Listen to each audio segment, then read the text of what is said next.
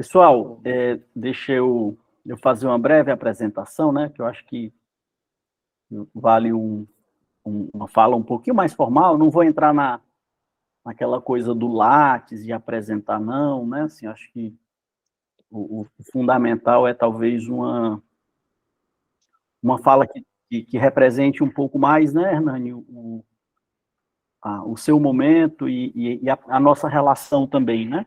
Então, eu dizia, né, logo que eu abri a sala, que eu lhe conheço via o Caio, né? O Caio foi essa pessoa que mediou aí o nosso contato, e você já entrou numa parceria com o curso, né? Fazendo parte do corpo docente do curso Hermenêutica e Clínica das Ansiedades. E para a felicidade dos alunos da UES, né, e da comunidade cearense, você fez o concurso, né, da UES e passou, e agora recebeu a convocação e está aqui conosco, né, na capital do Ceará, viu? Você vai entender por quê, né? Melhor falar capital do Ceará do que o outro termo, né? Mas é uma felicidade, cara. Acho muito bacana quando as nossas instituições têm professores de qualidade, né? E já lhe parabenizo e lanço, né, assim, uma torcida mesmo, né, cara, assim, que o nosso estado, né, a nossa população consiga acolher bem você, né, mas acho que principalmente acolher tua família, né. A gente sabe que quem nos acompanha, né, e cumpra, né, os nossos projetos profissionais, eles pagam também, né, um certo preço. Então fico na torcida para que sua família seja muito bem acolhida no nosso estado, que você tenha, né, uma experiência com a nossa cultura, com o nosso povo muito, muito feliz, né? E aí você sabe que, dentro dos meus limites, mas também das minhas potências, o que eu puder mediar, cara, aí fico, fico muito feliz, tá? Muito Professor obrigado, João. Hernani. Duplamente obrigado, tanto pelos parabéns quanto pela acolhida. Né? O professor Hernani como eu disse, né, professor hoje do curso de Psicologia da Universidade Estadual do Ceará. Há pouco, né, era professor da PUC do Paraná, no campus de Londrina, e aí é alguém que a gente vem construindo, né, Hernani? Então, é uma felicidade esse projeto, né, do curso de uma introdução à gestalterapia. É um projeto que deu muito certo, né? Estamos encerrando, mas, né, assim, encerramos na próxima segunda, mas é um projeto que deu muito certo, assim, do que consegue fomentar, do espaço que a gente acabou criando, né, a colaboração de diversos professores e todo mundo num movimento muito favorável, né? Assim, quem divulga, quem comenta, quem compartilha que a experiência tem sido válida, né? Assim, de fato é uma satisfação, né? Conseguir idealizar algo e ver que a coisa cresceu, né? Muito bom. E aí, ótimo estar aqui contigo, né? E saber que a noite de hoje vai ser uma noite muito, muito feliz. Muito bem, João. Obrigado, João, pela sua recepção, apresentação calorosa. Para mim é um grande prazer, João, amigos, né? O Caio está aqui, um grande prazer estar contigo aqui novamente. Caio, contar com a sua presença aqui. Sei que você é um homem muito atribulado, muito atarefado, né? Sempre cada vez mais, dada a sua enorme importância, não é, meu amigo?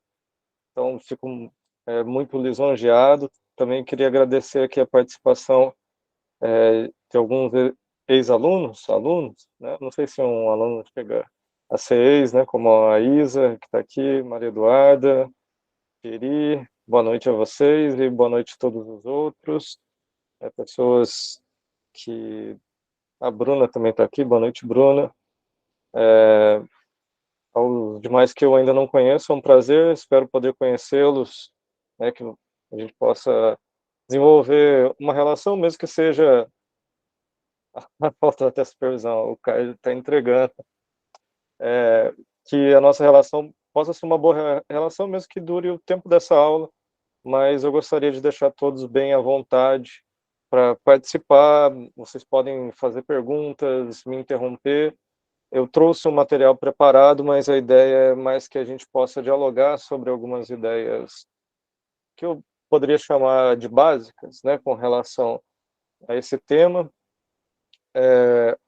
O professor João me apresentou, mas eu gostaria apenas de dizer, né, que também é um enorme prazer agora estar compondo, participando desse território agora que é o Ceará, a capital do Ceará, como disse o João. Sou um novato por aqui ainda, conhecendo, é o que falta, conhecendo a região, conhecendo a cidade.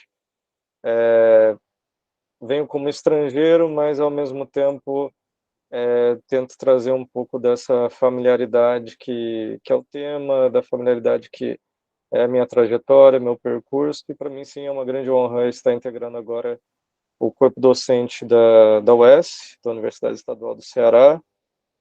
Eu vou compartilhar minha tela aqui. Bem, vamos lá então, pessoal.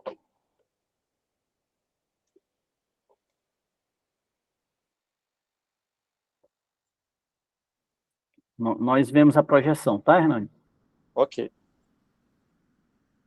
Só passar aqui. Bom, pronto. Só estou tentando também me familiarizar com a tecnologia nova aqui, pessoal. Hoje eu estou compartilhando por meio do tablet. Meu computador ele já está ficando velhinho, então achei melhor vir por aqui, mas não havia feito isso antes. Então, qualquer problema ou dificuldades também de vocês visualizarem, me sinalizem que, enfim, eu aqui com a ajuda do João tento tornar essa experiência mais fácil para todos nós, né? Quando o João me convidou para fazer uma fala, eu logo pensei nesse tema, que de alguma forma atravessa meus estudos hoje, que é a ideia do estudo das emoções e dos sentimentos. É um tema que atravessa tanto meus estudos teóricos, quanto também a minha prática clínica.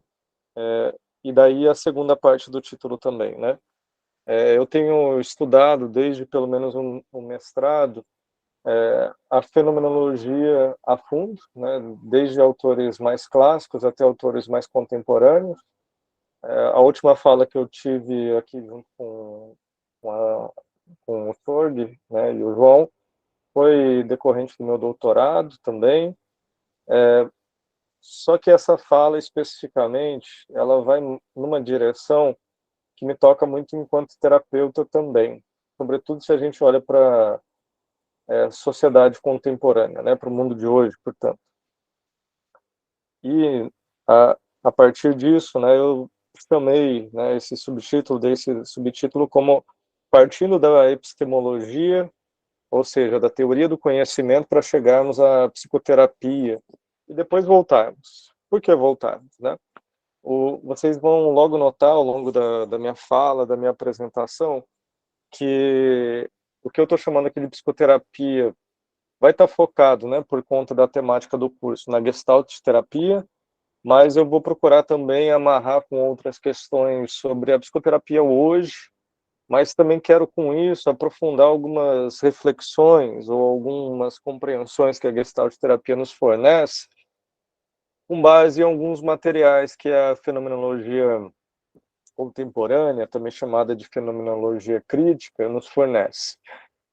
E com isso, abrir alguns horizontes, abrir alguns caminhos que vão iluminar tanto o que diz respeito à teoria psicológica, a teoria do conhecimento e a prática psicoterapêutica, como eu a vejo. Então, é um pouco dessas reflexões, né, que eu gostaria de trazer para vocês. Ainda há pontos, talvez, que seria muito importante de aprofundar, mas tanto pelo tempo dessa apresentação, quanto também pelo ponto que se encontra a minha pesquisa, ainda não pude trazer esse ponto mais detalhadamente aqui para vocês, talvez fica para uma próxima oportunidade. e esse outro ponto eu vou comentar mais ao fim, vou deixar vocês agora um pouco aí curiosos, antecipando isso, até porque minha fala vai ter a ver também com essa experiência de antecipar, né, de às vezes não saber, de ficar, portanto, à mercê de um fenômeno, de uma informação, e o que isso tem a ver justamente, né, com a fenomenologia dos sentimentos. Bem, também queria fazer um breve prelúdio dizendo que a minha abordagem aqui na apresentação de hoje, sendo ela mais dialogada, não quis fazer um apanhado exaustivo das ideias, né? Eu vou trazer um pouquinho de uma história, mas somente do que for suficiente para a nossa conversa.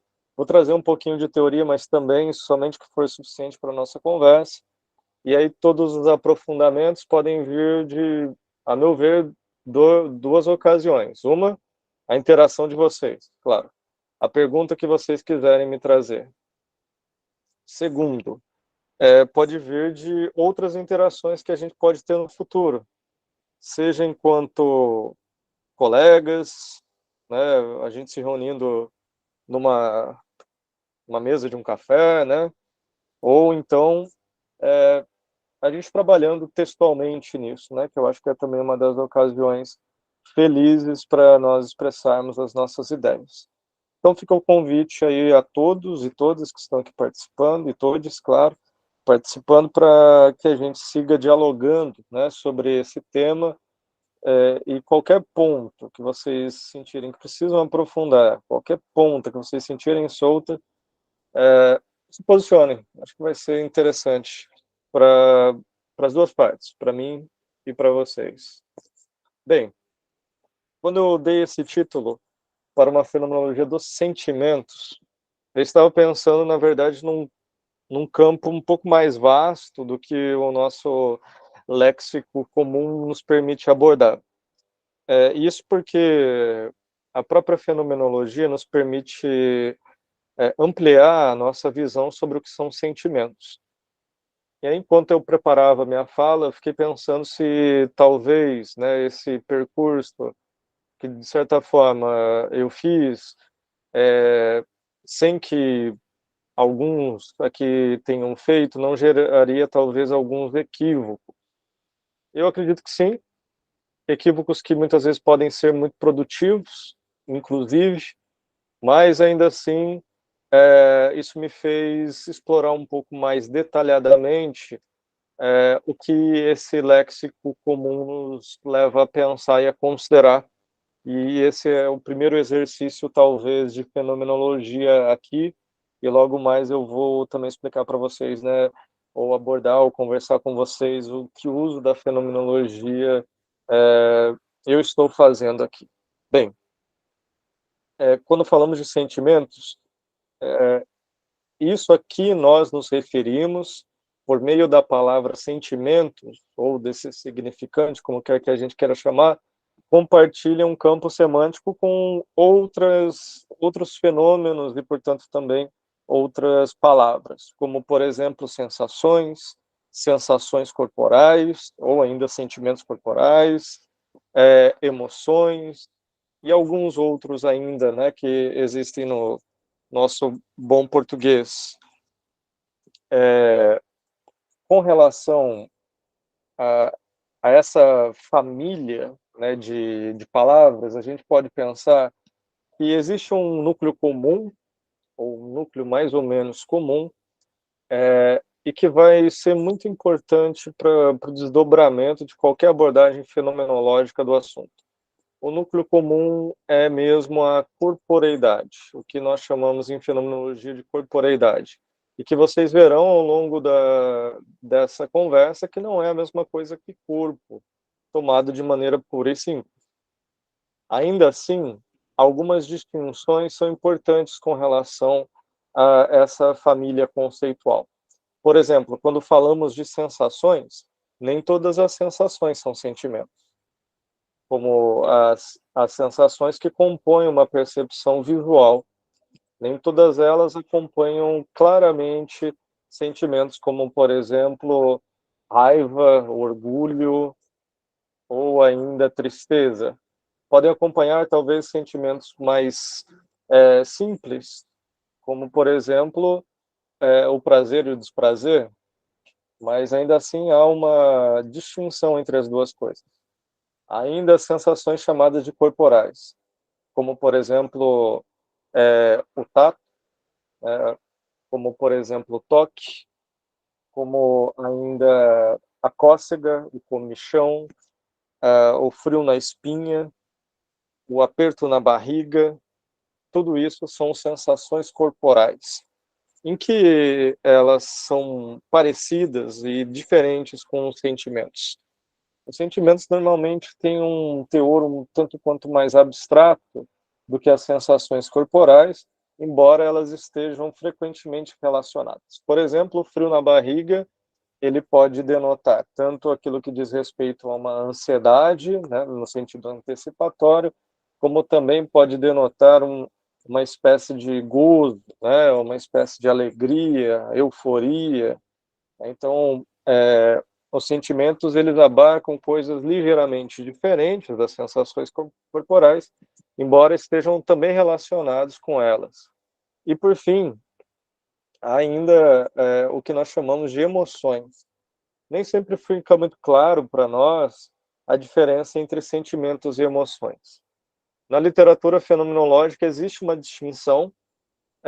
Devo dizer a vocês que não é uma distinção também unânime, né? Nem todos os autores que trabalham no assunto vão defender essa diferença entre as duas coisas, mas como ela existe, é importante dizê-la a vocês, né?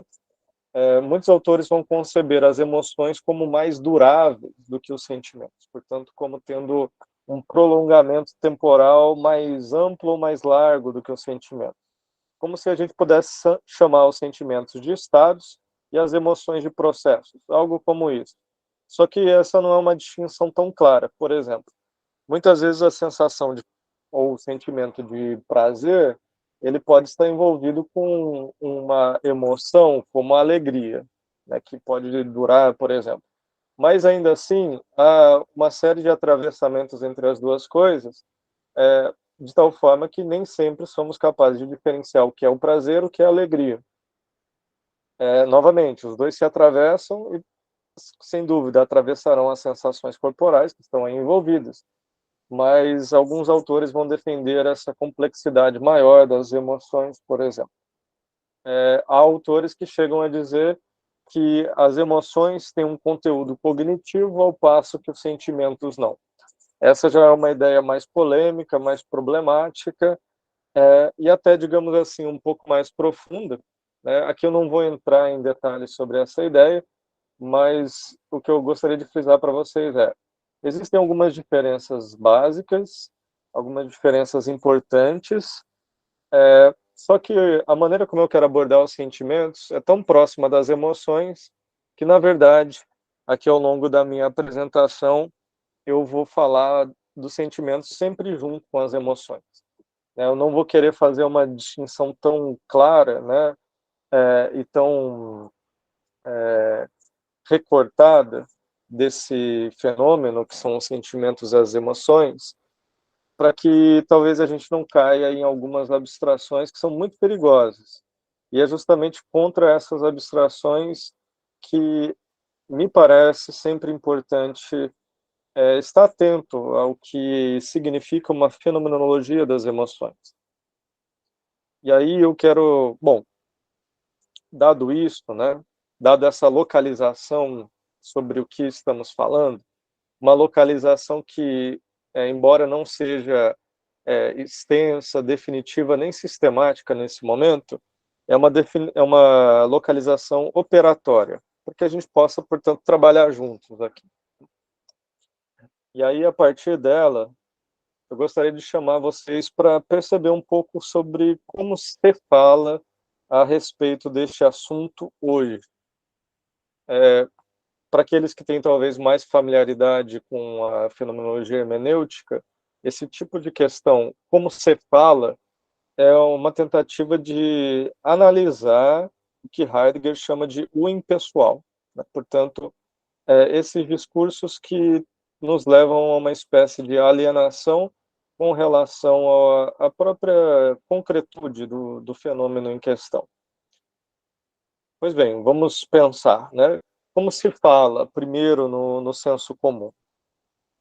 Nós temos talvez o fenômeno mais predominante, até paradigmático, né, sobre falar a respeito de sentimentos e emoções hoje, seja, embora vai se misturar um pouco com o próximo ponto, mas ainda assim talvez seja a figura do coach, né? Sobretudo o tal do coach de sucesso, né? E eu vou explicar a vocês por que talvez esse é um exemplo tão paradigmático e até mesmo tão comum hoje em dia.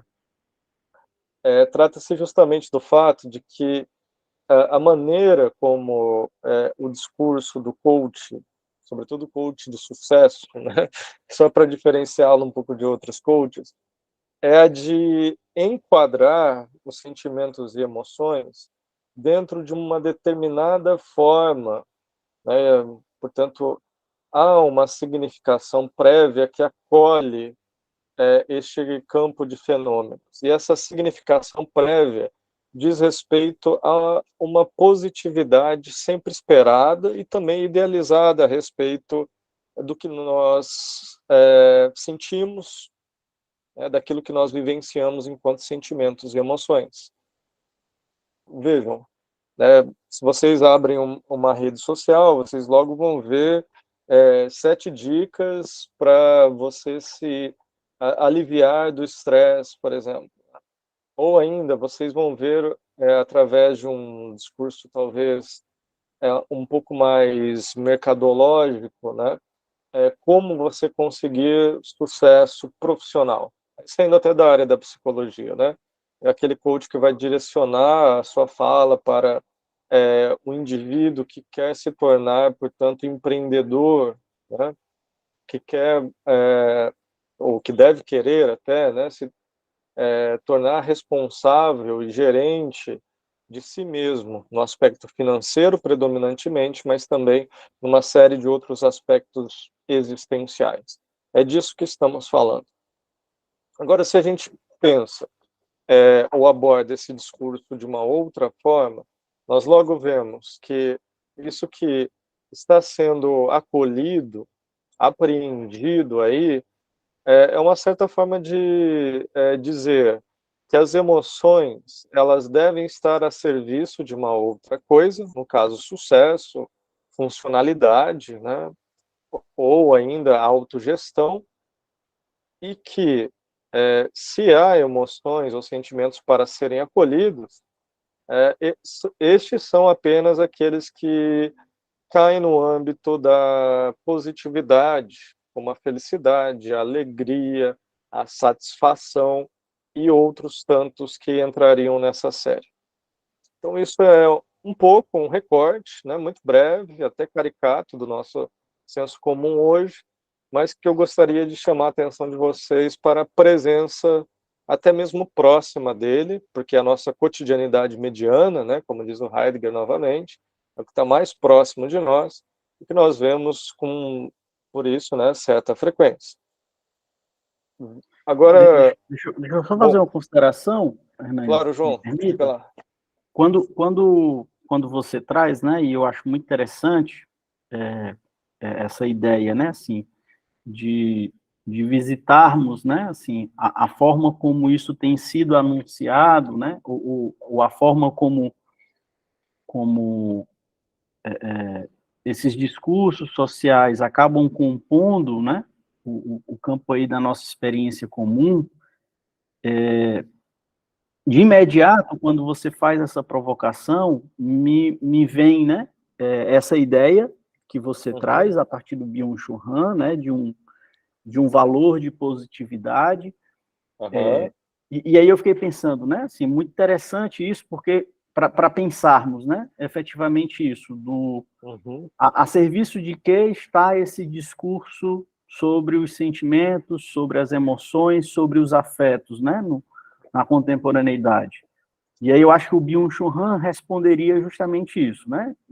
Esses discursos estão a serviço de uma produtividade, né? De uma positividade, né? Assim, Aham, é necessário conter esses afetos ou disciplinar esses afetos para que eles trabalhem a serviço disso, né? isso.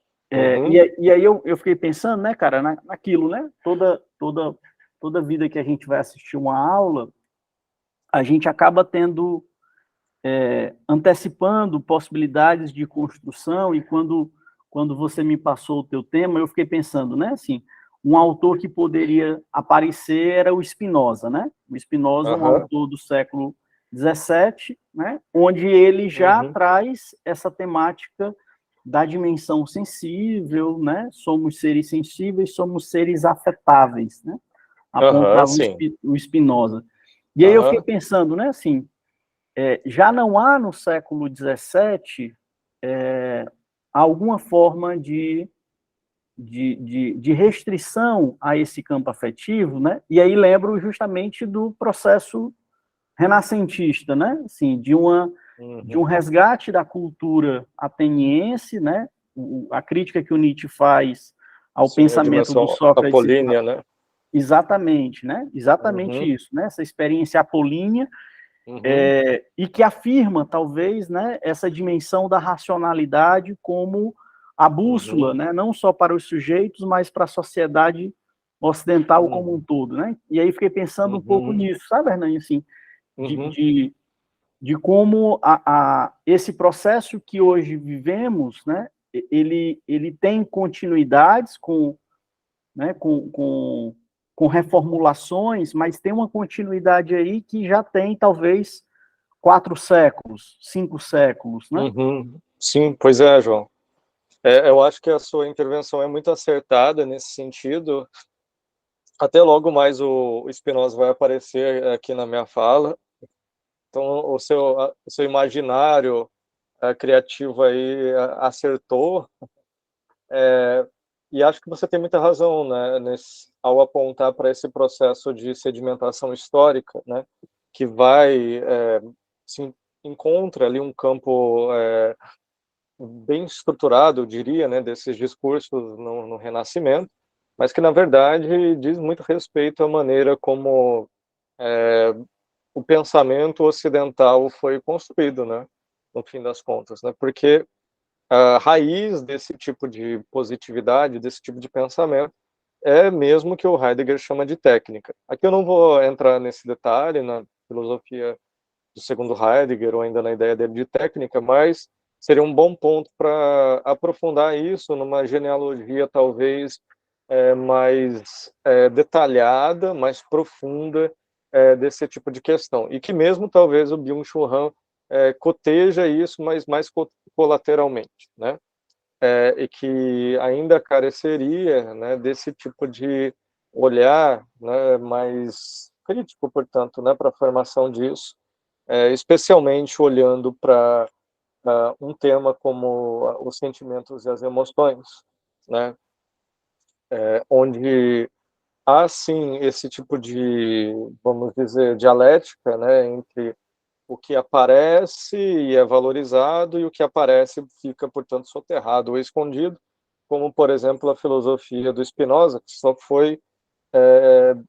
só encontrou um solo fértil de bom recebimento com esse avanço da psicologia, né? Por exemplo, Vygotsky foi um dos autores que leu muito Spinoza, e hoje, mais recentemente, nós vivemos uma outra época de releitura, né, desse autor. Enfim, né, são temas que se abrem daí. E acho que outra coisa que a gente pode puxar daqui, Vão, e que era justamente um ponto central, se a gente para e pensa justamente na psicologia também, esse mesmo tipo de discurso está muito presente. Ainda que talvez nem sempre de maneira muito clara, muitas vezes de maneira totalmente explícita, é claro, né? Tem teorias, tem grupos, tem pessoas que afirmam, reafirmam esses discursos, o que levantaria, claro, uma série de questões para os compromissos desses indivíduos e grupos, Mas há também aqueles que o fazem de uma maneira sorrateira, né, de uma maneira que podem, inclusive, não dar-se conta, né? Porque muitos dos pressupostos que a psicologia, mesmo contemporânea, utiliza, remete a esse mesmo arcabouço, a essa mesma estrutura discursiva, né, ou essa mesma estrutura de interpretação e compreensão de fenômenos como as emoções e os sentimentos. Um autor, né, portanto, que nos ajuda a pensar isso é assim o Byung-Chul Han. Aqui é o livro mais básico dele, e mais conhecido, que é A Sociedade do Cansaço. Dentro desse livro, embora a ideia central dele seja o cansaço, né, como um produto, né, disso, dessa arquitetura, né, de práticas, instituições, discursos, algo que se destaca muito dentro da análise dele é justamente o fenômeno da positividade. É por isso que eu coloquei aqui para nos lembrar da importância dessa abordagem que ele constrói com relação a esses fenômenos, e um recorte ainda, um pincelamento que a gente poderia trazer com relação a esse cenário todo é que sentimentos e emoções, dentro desses discursos, são entendidos de duas formas principais. Daria para a gente ampliar isso, né, em outras maneiras, em outros campos, talvez, mas aqui eu fiz dois pequenos recortes, porque eles vão nos ajudar, inclusive, a nos desvencilhar deles, a meu ver. Um desses recortes é a visão de sentimentos e emoções enquanto coisas. Portanto, enquanto experiências que não teriam um significado próprio. Fenomenologicamente, isso se demonstrará como um problema, mas, ainda assim, mesmo na psicologia atual, aqui eu não vou também citar exatamente quais autores vocês podem encontrar defendendo isso, mas há alguns autores que defendem ideias como essas, né, de que os sentimentos e as emoções não têm um papel predominante, seja no que nós chamamos de comportamento, seja porque os sentimentos e emoções são distintos do que nós chamamos de valores, ou ainda do que nós chamamos de perspectiva, ou de consciência, ou de racionalidade. Né? Isso tudo relega sentimentos e emoções a um papel secundário e até mesmo por um conjunto de significados muito pejorativos. Né? Um outro recorte seria esse olhar para os sentimentos e emoções como algo disfuncional. Também muito recorrente na psicologia contemporânea, como aquilo que indica, ou mais do que indicar, é uma perturbação do indivíduo. Portanto, aquele indivíduo que, ao se demonstrar sensível, né, de qualquer forma que seja, né, é entendido como desequilibrado. Né? Uma ideia já muito antiga, né, se nós formos ver, mas que, sobretudo para profissionais da psicologia, é um grande problema. Né? Eu até coloquei aqui como uma espécie de pergunta, porque o que a gente poderia perguntar mais propriamente é se esse tipo de olhar realmente considera aquilo que podemos chamar de mal-estar, por exemplo. Aqui também cotejando um pouco o que o Freud diz, né, sobre mal-estar, nós podemos pensar, embora sem ter compromisso nenhum com a teoria psicanalítica propriamente dita, se não quisermos, o que o Freud chama de mal-estar não é simplesmente uma perturbação, né, mas já lá nas obras dele, ele colocava sobre o mal-estar um peso simbólico, né? O mal-estar remete a uma outra coisa. A pergunta que eu faço a vocês, e que eu convido vocês a fazer junto comigo é: será que essa leitura de sentimentos e emoções enquanto coisas e aspectos disfuncionais do indivíduo ou da conduta permitem com que a gente faça esse tipo de pergunta? Permitem com que a gente interrogue essa outra coisa que é indicada ou assinalada pelo mal-estar e que pode indicar, por sua vez, outros tipos de tensões ou conflitos nos quais está imerso, né, o indivíduo, o sujeito. Me parece, né, numa abordagem ainda superficial aqui dentro da apresentação, que não. Logo, devo construir com vocês uma resposta mais apropriada, né, para isso, e pensarmos juntos do porquê não, né? Mas a tese que eu vou defender aqui junto com vocês é que toda vez que nós encaramos sentimentos e emoções como, digamos assim, essas coisas, não só desprovidas de significado, mas como que se boiassem, né, ou flutuassem no ar, sem qualquer conexão com nossa própria carne existencial, ou ainda como um aspecto disfuncional de nosso ser, assim, impedindo qualquer interrogação de maior amplitude sobre como os indivíduos compreendem e projetam suas próprias vidas, né? Ao fazer isso, perdemos justamente a dimensão mais interessante que poderemos abrir para a interrogação, tanto científica quanto também psicoterapêutica. Hernani, só fazer um comentário, né, cara, que eu Claro. acho que é bacana, porque a gente vai pensando junto. Sim, Quando você traz essa diferenciação, né, assim, aponta para esses dois aspectos, né, os sentimentos, né, tomado como coisas, né,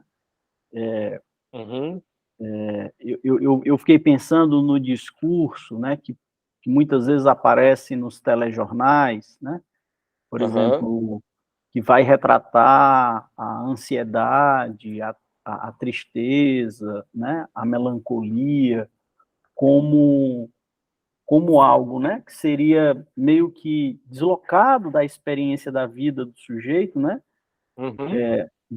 dessa como algo que, né, interessante, porque é um discurso que, assim, localiza no corpo do sujeito, mas ele não tem uma implicação, né, assim, ele não tem uma relação direta com isso, né? Isso. Então, é meio, né, eu gosto de provocar, é quase uma ideia, né, da possessão, né? Assim, é algo que toma conta dele, né?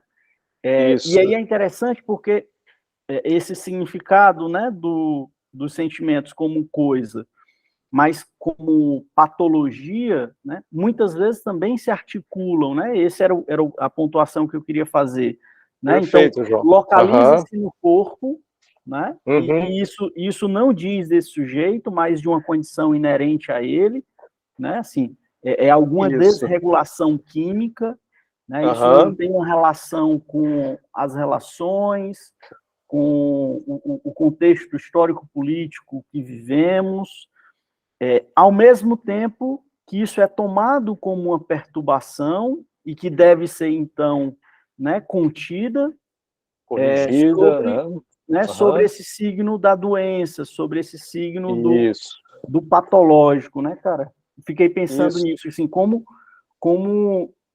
esses dois elementos que você traz, eles se articulam, né, nessa coisa da patologização da vida, né? Perfeito. Era esse tipo de amarração mesmo que é esse tipo de amarração, desculpa, que me importa nesse sentido, viu, João? E percebam, né? Conforme eu vou pontuando aqui algumas coisas, a ideia não é que eu também traga uma apresentação para juntar tudo para vocês, mas quero muito que vocês façam esse exercício que o João está fazendo. Pensem junto comigo, porque eu quero que vocês cheguem a algumas conclusões também, assim, por vocês, né? E é tão interessante, né? Tão legal quando esse tipo de oportunidade surge, porque aí eu vejo que realmente está fazendo sentido para vocês. Obrigado, João. E é isso mesmo, né? Essa ideia, ela vai se centrar sobre o signo da patologia. Portanto, vai convocar uma determinada ação por parte do psicólogo, que é a ação corretiva, ortopédica, como diz o Foucault, né? A ideia, portanto, de que há algo para ser tratado, corrigido, alterado, mas a pergunta que nós devemos nos fazer, em última instância, é: o que fica encoberto? Quando pensamos dessa forma, ou somos levados a pensar dessa forma, o que se encobre? Vou deixar vocês por hora com essa pergunta, porque, como eu estou até aqui mostrando para vocês, eu vou fazer um determinado percurso muito breve mesmo, histórico, onde talvez vocês consigam construir melhor comigo uma resposta para essa pergunta, e aí nós vamos chegar no papel da Gestalt terapia, inclusive para nos ajudar a construir essa, digamos, não só resposta, mas uma posição a partir da resposta que nós elaboramos, para daí a gente refinar, criticar até mesmo a nossa própria resposta e posição com base em algumas contribuições mais contemporâneas, né, de alguns outros autores da fenomenologia. Bom, bora lá. Quando nós falamos de uma visão moderna, né, e quando eu vou utilizar esse tipo de expressão aqui, eu estou me referindo a um determinado período histórico, né, e também discursivo e epistemológico da nossa história. Estou me referindo a uma geografia, que é o Ocidente, mais especificamente também. Esse período histórico ao qual me refiro, ele se refere justamente tanto à Renascença, né, que o João citou, como também a esse período de expansão comercial, né, esse início da globalização que se dá com as viagens marítimas, né, europeias ao, entre aspas, Novo Mundo, e tudo que surge daí, tanto em termos filosóficos, científicos e também tecnológicos, né? E começando mais especificamente por essa matriz de pensamento, né? Portanto, com o âmbito mais epistemológico e filosófico da questão, nós facilmente localizamos o paradigma ou a matriz moderna de pensamento como sendo uma visão das emoções e dos sentimentos como a partir ou articulando-se centralmente pela razão, pelo entendimento ou pelo pensamento. São esses itens que estão no centro. As emoções e sentimentos sempre estão na periferia, portanto, são secundários. Ou ainda têm o papel prejudicial. Para o quê? No início da modernidade, sobretudo para a construção do conhecimento. Conhecimento esse que é entendido como conhecimento claro e distinto. Ou ainda como conhecimento verdadeiro, ou ainda válido e justificável. Todas essas são expressões que filósofos, sobretudo da modernidade, do início da modernidade, vão utilizar para se referir ao que eles estavam buscando e também às suas necessidades. Se referiam a uma justificação, tanto do conhecimento científico, da tecnologia derivada dele, quanto também da ética, né? Aqui na minha apresentação, nós vamos pensar um pouquinho ainda sobre a ética, mas esse é uma das pontas soltas que eu antecipei lá para vocês, que depois vamos precisar desdobrar melhor. Mas, de qualquer forma, o pensamento ético, seja de Kant, seja de Locke, ou ainda de outros autores, ele vai estar norteado por essa centralidade da razão. Pensem, por exemplo, no imperativo categórico kantiano, né? Faça com que a atuação valha, como é mesmo? Como se fosse válida para todos, né? Justamente isso. Então, uma universalização, né, do juízo moral. Agora, considerem, né, que aí nesse discurso kantiano, a estrutura dele é profundamente racional, né, ou baseada em regras, né, que são ou procuram ser claras e distintas, e que, para serem claras e distintas, procuram minimizar ou até silenciar as emoções. Outro exemplo, mais da esfera epistemológica, se encontra nas meditações de Descartes, ou ainda nas regras do método, onde ele vai colocar a centralidade dessa figura, já muito conhecida, né? Eu acredito que vocês têm uma certa familiaridade com essa expressão, né? Que é o penso, logo existo, ou que ficou também conhecido dentro do discurso filosófico como ego cogito, eu penso simplesmente, e que Descartes utiliza, né, tanto para justificar o conhecimento válido e verdadeiro, quanto também como uma das formas de provar a existência de Deus, né? Essas são as duas preocupações centrais de Descartes, mas que depois vão ter outros desdobramentos. Ponto importante também é que, ao passo que Descartes realiza esse movimento, ele também pressupõe uma distinção entre aquilo que será uma substância espacial, ou res extensa, e aquilo que será uma substância pensante, ou res cogitans. Distinção essa que permite com que ele separe uma evidência mais clara de uma evidência mais contingente ou dubitável, ao mesmo tempo em que gera uma separação ontológica entre tanto o interior e o exterior, quanto também duas substâncias que estariam no próprio indivíduo, mente e corpo, mais especificamente. De tal forma que, inclusive, um outro tratado dele sobre as emoções, isso vai levar Descartes a considerar as emoções e os sentimentos como localizadas especificamente no corpo, portanto, muito distintas da substância pensante.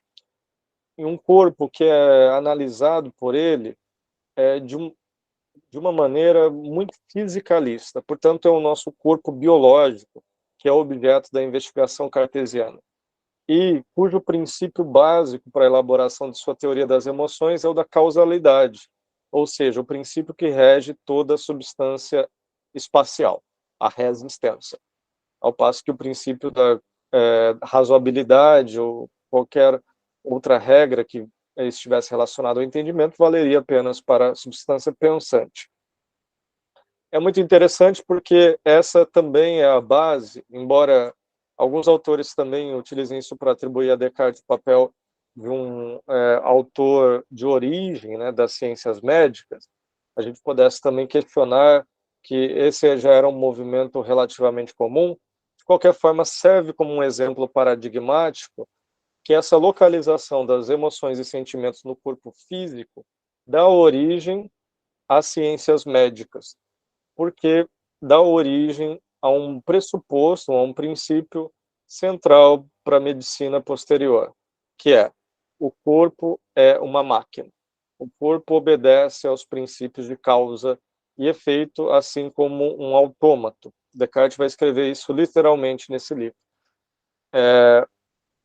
E aqui, né, nós encontramos um pensamento, um paradigma central, né?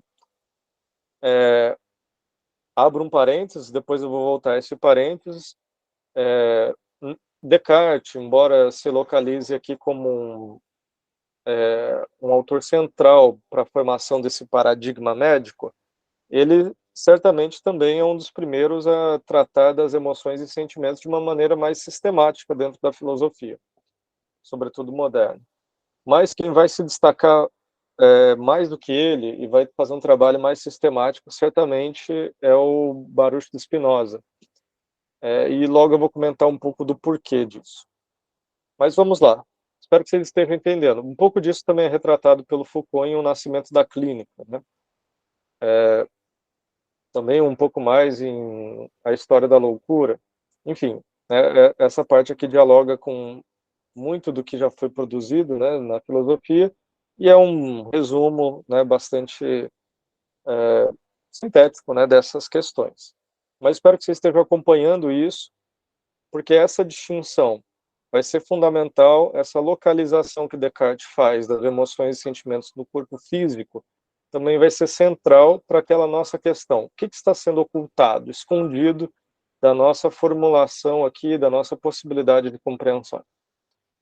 Eu registrei aqui algumas consequências das mais importantes desse pensamento.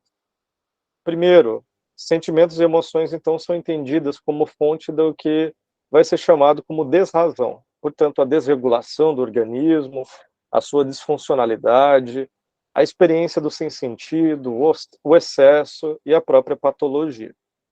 Então, são figuras que vão orbitar em torno desse paradigma que é centrado sobre a razão. Então, se por um lado a razão é um centro e as emoções são periféricas, elas são periféricas não somente, digamos assim, num sentido de distância, mas como o negativo do que está no centro, como aquilo que falseia o centro, aquilo que ameaça o centro, entendem? Por isso também essa figura da desrazão surge com tanta importância e tanto peso na visão moderna. Aqui eu estou citando dois autores que certamente vale que vocês leiam. Ao fim eu vou mostrar as referências mais detalhadamente. Uma segunda consequência importante é o tratamento secundário dado ao corpo e às suas figuras e manifestações. Importante dizer que este corpo que se localiza aqui, que eu estou falando e que é secundário, certamente não é o corpo físico, que Descartes colocou ali na sua obra, o Tratado sobre as Paixões, né, o nome da obra dele. Lá, o corpo físico recebe um tratamento. Claro, mesmo o corpo físico é secundário diante do tratamento das regras do entendimento, que é o objeto primário tanto das meditações quanto das regras para o método. Mas, quando a gente observa, por outro lado, que é possível, e essa é uma análise já fenomenológica, que o corpo não seja entendido simplesmente como corpo físico, mas também como corpo fenomenológico, ou seja, como um corpo vivido, aí nós ficamos, aí fica ainda mais claro para a gente que o corpo ficou na periferia, nessa margem que eu citei anteriormente. E aí, sentimentos e emoções ficam também nesse lugar. Mas o que fica mais claro é que o que não é tratado em nenhum momento é qual é o sentido disso. Qual é o sentido dos sentimentos e das emoções? Vejam que na primeira consequência eu havia dito para vocês que entra no âmbito do excesso, do sem sentido, ou ainda somente abordável pelo signo da patologia, como disse o João. Portanto, o corpo ele fica totalmente apagado dessa história. Vejam, temos aqui essa grande exceção, né, que é Spinoza. Mas, além dele, outros autores vão tratar do corpo um pouco mais detalhadamente, como, por exemplo, Malebranche. O Merleau-Ponty tem uma monografia sobre a questão do corpo em Malebranche, por exemplo, e Manet de Biran, eu acho que é o nome do outro autor, que são autores que tratam do corpo, mas que sofrem muito dessas consequências.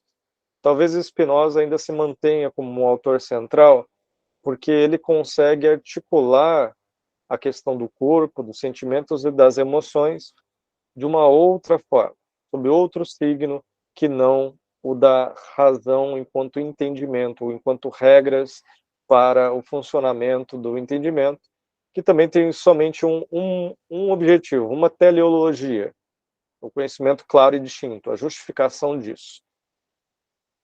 Portanto, uma coisa que eu gostaria de chamar a atenção de vocês.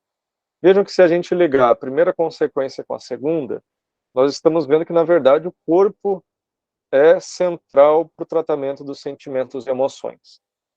E isso vai ser central aqui para a nossa abordagem do assunto. A visão moderna, como diz essa autora, que é uma autora super interessante, eu havia citado no slide anterior também, ela vai dizer o seguinte,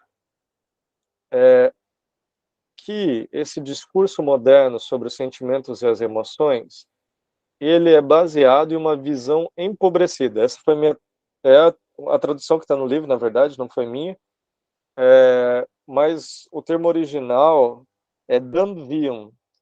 Vejam que Dumb é um pouco mais do que empobrecido, né? Dumb é literalmente assim, desprovido de razão, de intelecto, ou ainda, né, no linguajar mais comum, burro ou idiota, né? Então a autora tem uma expressão um pouco mais forte para denotar as consequências desse pensamento. Mas qual é a ideia central? Por que empobrecido, né? Por que se trata de uma visão empobrecida? Tem a ver com o corpo, certamente, mas uma das coisas centrais é que, vejam, as emoções e sentimentos são tratados apenas de maneira negativa. Perde-se qualquer dimensão positiva das emoções e dos sentimentos. Ou seja, como que elas contribuem não somente para a nossa ação, não somente para a nossa vida, mas também para a construção do conhecimento. Esse é o objeto do estudo da Yaga, né, no texto dela. Ela vai dizer que os estudos feministas têm um papel na história da ciência que é o de demonstrar que isso que é chamado de razão, né, ou as regras pelas quais nós pensamos, na verdade, esteve já sempre imbuído de emoções e sentimentos, que por sua vez estão sempre relacionados com outras estruturas que ela vai analisar. Mas isso não implica somente um viés negativo, que se a gente olhasse assim, seria também derivado desse preconceito moderno. Pelo contrário, quando nós valorizamos, né, esse objeto de estudo que são as emoções, nós podemos perceber que elas contribuem para a formação de todo e qualquer pensamento, portanto, de toda e qualquer ciência. Agora, que lugar a gente vai dar aos sentimentos e às emoções? Essa é uma outra questão. E aqui no nosso caso, que nós vamos tratar de psicoterapia, também vai ser uma questão ligeiramente diferente. Bom, essas três consequências dizem respeito ao pensamento filosófico, sobretudo. Inclusive, a Yagar não fala nada diretamente de psicologia. Mas, se nós olhamos ali os textos dos psicólogos, da psicologia fisiológica, né, como, por exemplo, Wundt, como, por exemplo, Helmholtz, ou ainda mais tarde da psicologia objetiva do Watson, ou Pavlov e tantos outros, né, nos séculos XIX e século XX, o que nós observamos? Embora muitos recursos tenham sido desenvolvidos, teóricos, metodológicos e práticos por esses autores, para observar, para olhar teoricamente para as emoções e para os sentimentos, ainda assim, muitos dos preconceitos que estavam aqui presentes se reproduziram. Um exemplo, talvez, muito claro disso é como, talvez, na psicologia behaviorista, pelo menos a clássica, embora eu deixaria com vocês a questão de se realmente é somente ela, de que emoções e sentimentos são efeitos colaterais da relação entre o indivíduo e seu ambiente. Ou seja, entre o indivíduo e o ambiente, existe uma relação primeira, que é o comportamento, e tudo aquilo que acontece na esfera privada é colateral, secundário, acessório, ou ainda, como vão dizer outros autores depois, é um epifenômeno. Vou até escrever isso aqui. Ou seja, um fenômeno que não tem função. A meu ver, enquanto fenomenólogo, esse é o conceito mais problemático que surgiu na psicologia do século XX, o de epifenômeno. Se tem um conceito que tanto seria um sintoma do conhecimento produzido pela psicologia no século XIX e XX, que está no século XXI, quanto também um conceito que mais encobre do que mostra é o de epifenômeno, ou seja, fenômenos que acontecem conjuntamente, mas que não têm uma função propriamente dita, como lá dizia o Watson. Ao mesmo tempo, essa separação entre o privado e o público vai ser assim o grande problema da teoria das emoções até então, não é? Porque muito vai ser dito mais ou menos assim: sentimentos e as emoções nós não temos como conhecer diretamente. Nós conhecemos o que o indivíduo faz, conhecemos suas práticas. Sentimentos e emoções são de cada um. E sendo de cada um, não são exatamente um objeto de conhecimento científico. Ou seja, vai entrar no estudo das emoções e dos sentimentos não a relatividade que é própria a eles, mas um relativismo até extremo que vai impedir justamente que nós entendamos o que pode ser aí compreendido. Percebem? Vocês estão se percebendo, respondendo aquela questão que eu fiz para vocês? Espero que estejam. Quer dizer, o que ficou encoberto, né, aqui? O que fica encoberto nessa visão moderna? Agora, essa separação entre público e privado, ou ainda essa relegação, não sei se essa palavra existe, mas esse colocar em segundo plano ou à margem as emoções, isso vai talvez ser emblemático de toda a psicologia do século XIX e XX, mas também da psicologia do século XXI, num certo sentido. Porque, vejam, tudo aquilo que nós falamos no início da nossa conversa aqui, quando a gente analisou a nossa medianidade contemporânea, ou nossa cotidianidade mediana, nós pensamos em uma série de discursos que reproduzem justamente esses assuntos.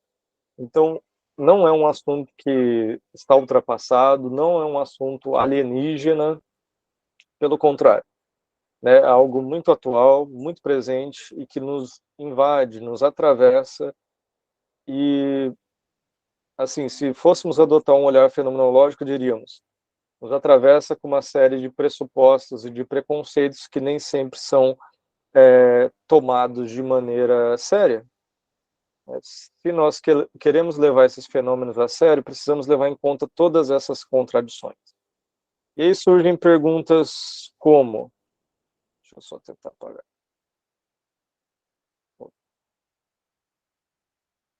Eu não vou conseguir. Assim que eu passar, eu acho que eu consigo. Perguntas como, e a fenomenologia nisso? Qual o papel dela? Né? E as práticas humanistas e existenciais? E a Gestalt terapia? Isso é quase aquele meme, né? E o PT, né? Mas é justamente isso, né? Quer dizer, se nós estamos falando de uma tradição moderna, que lugar ocupa nessa tradição essa perspectiva que é adotada, né, dentro enfim, de quem se localiza como gestalt terapeuta, humanista existencial ou ainda como fenomenólogo. Certamente não é uma relação pacífica com essa tradição, também não é uma relação passiva com essa tradição, e também não é uma relação, como vai dizer o Husserl, de inocência. Ele vai chamar isso de uma certa...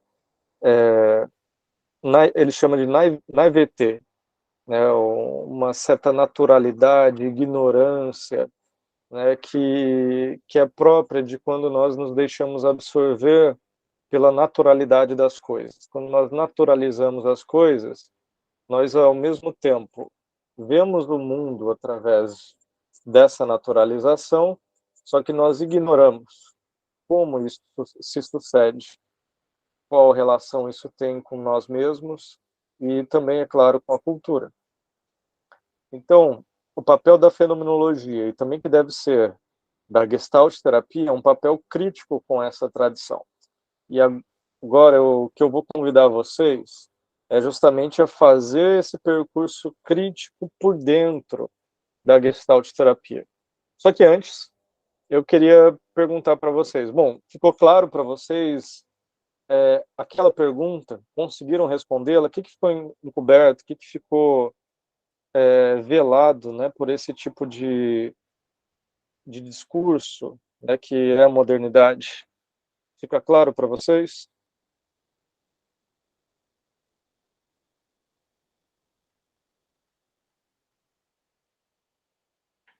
Sim? O Luiz está Do, balançando a do, cabeça afirmativamente. acho que da forma como você constrói, né, Hernani, assim, tem nitidamente a necessidade de pontuar, né, todo esse processo, né, de um arco de genealogia que vai constituir uma determinada racionalidade histórica, né? Então, ela é não só coletiva, mas ela também se materializa nas nossas experiências, né? E é muito interessante como isso vai aparecer também no consultório, né? Como os nossos pacientes vão pedir de certo modo, né, estava aqui lembrando, já compartilhei em outros momentos essa experiência, e óbvio, né, não é possível identificar essa pessoa, por isso que eu me sinto à vontade para compartilhar, mas a experiência de uma pessoa que eu atendi, né, em bastante tempo, e perde uma pessoa muito significativa, né, morre, uma pessoa muito significativa, né, vem a falecer, e um mês e meio depois, né, alguns dias, essa pessoa acordava e se sentia triste, né? E aí se questiona exatamente sobre, será que não está na hora de consultar um psiquiatra para dar um encaminhamento, né, para essa experiência afetiva, para esse sentimento, né, que me invade, que me constitui, mesmo que ao longo do dia eu me desloque dele, mas né, o que eu quis compartilhar é isso, né, assim, o quanto esse registro, né, dos nossos afetos como algo patológico, né, quando marcados aí por essa negatividade da vida, eles a psicologia e a psiquiatria são lugares da técnica em que o sujeito, de certa forma, busca, né, se dissipar disso, né, assim, remova isso de mim, né, então, e penso eu, né, que eu acho que é o que você construiu, esse pedido não é só dessa pessoa, né, esse pedido não é só do Luiz, do Everton, né, ele é um pedido que foi construído ali, né, naquilo que a gente falava, de forma muito elaborada nos últimos 4 séculos, né, então, Exato. Né, é por aí? É por aí mesmo, João. Porque quando a gente está falando, né, pessoal, desse tipo de discurso, e quando eu quis trazer também tanto o senso comum quanto a psicologia, é para levar vocês a pensarem duas coisas principais, né? Uma delas é como isso se materializa nas pessoas, portanto, né, no nosso público, nos nossos pacientes, né, como o próprio João trouxe, um ótimo exemplo, João, porque todos nós nos encontramos envolvidos, né, nisso, no que diz respeito, portanto, a essa cotidianidade, né? E já que todos nós nos encontramos aí, o segundo ponto é pensarmos sobre a nossa prática, justamente, né? Como talvez nós, muitas vezes, deixamos de fazer as perguntas importantes ou nos abrir para as compreensões necessárias no que diz respeito a se deparar com o que são sentimentos e emoções, né? Porque se historicamente, né, nossa cultura nos ensinou que as emoções e sentimentos estão localizadas no corpo, que isso que se manifesta aí é um problema, mas que é um problema que, inclusive, hoje vai encontrar um especialista, né, para ser resolvido, eu não preciso me fazer muitas perguntas a respeito do que eu sinto. Até mais propriamente, o que eu devo fazer é procurar uma forma de não sentir mais, né, de extirpar aquela coisa ruim de mim, né, e é muito importante que a gente compreenda como que isso é construído, para que a gente tenha a possibilidade de ver, então, que esse pedido, que essa demanda, ela tem um certo fundamento. Só que, ao mesmo tempo, é uma demanda que também parte de um encobrimento, né, que é o encobrimento justamente desse tipo de cuidado, do qual o sujeito, né, hoje se vê tão alienado, que é o cuidado com o seu próprio corpo, né, num sentido amplo, mas cuidado com o seu próprio corpo enquanto campo de manifestação, no sentido tanto das suas experiências, dos seus projetos, da sua própria temporalidade. Esse é o sentido específico também que eu quero chamar a atenção de vocês, né? E é onde eu vou me encaminhando para a gente depois analisar isso mais a fundo. Mas isso nós já vamos chamar de um corpo existencial, né? Não mais o corpo físico, né?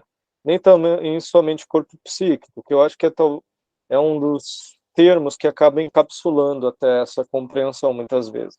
E logo nós vamos chegar lá, né? Quando a gente vai falar desse corpo existencial, isso vai implicar uma série de outras perguntas que nós vamos poder fazer a respeito.